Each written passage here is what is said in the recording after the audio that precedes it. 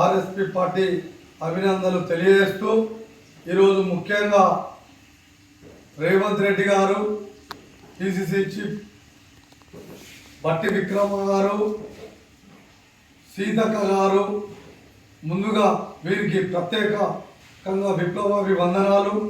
ఈరోజు తెలంగాణ రాష్ట్రం ఏర్పడిన తర్వాత నీళ్లు నిధులని ఇవాళ మన కళ్ళ ముందంటే చాలామంది విద్యార్థులు కావచ్చు, ఉద్యోగస్తులు కావచ్చు, అందరూ నిర్లక్ష్యం చెంది ఇవాళ ప్రజలకు కూడా ఎటువంటి హామీలు కూడా ప్రజలకు చెందలేదు.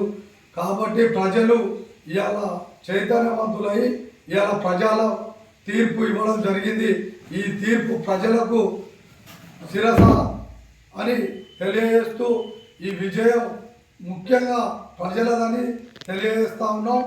ఈరోజు తెలంగాణ రాష్ట్రంలో దురదృష్టకరం ఏంటిదంటే కేసీఆర్ ప్రభుత్వం నిమ్మకు నీరెత్తినట్టు కూడా ఇలా వ్యవహరించిన తీరు నియంత పాలనకు గుణపాఠం చెప్పడం జరిగింది.